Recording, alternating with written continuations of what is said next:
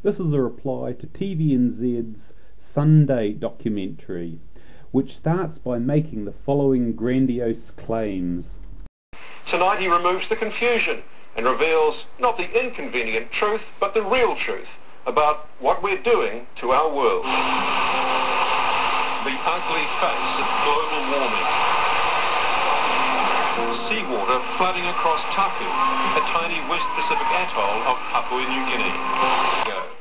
But the rising sea means the 450 people living here are likely to be among the world's first climate change refugees.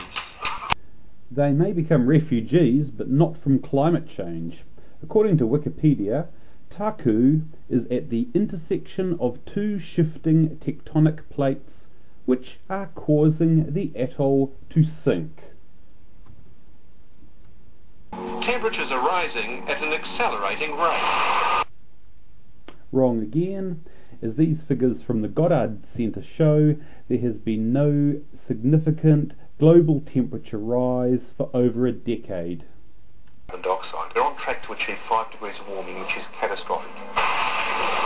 If that happens, he says, billions of people will face extreme hardship. We'll be back in a world that we saw 50 million years ago, where there was rainforest growing in Greenland and where the tropics were utterly uninhabitable within this century. 5 degrees per century would mean half a degree per decade. And yet the real world is stubbornly refusing to warm like the computer models say it should.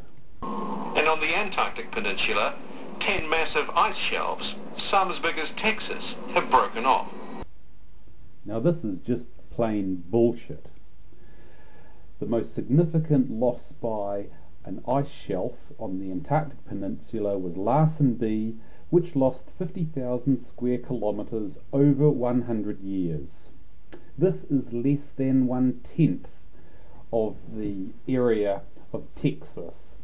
I challenge anyone to name an Antarctic Peninsula ice shelf that has lost an area the size of Texas over the last century. For Tim Flannery, it's nothing less than the survival of the species. We only have control of this system in the early phases. If change gets too great, no matter what we do, we will face catastrophe. So there you have it. The normal absurd claims that humans are in control of the climate and that our existence is threatened. Following on, of course, from a catalogue of several exaggerations, misrepresentations, omissions and flat-out falsehoods.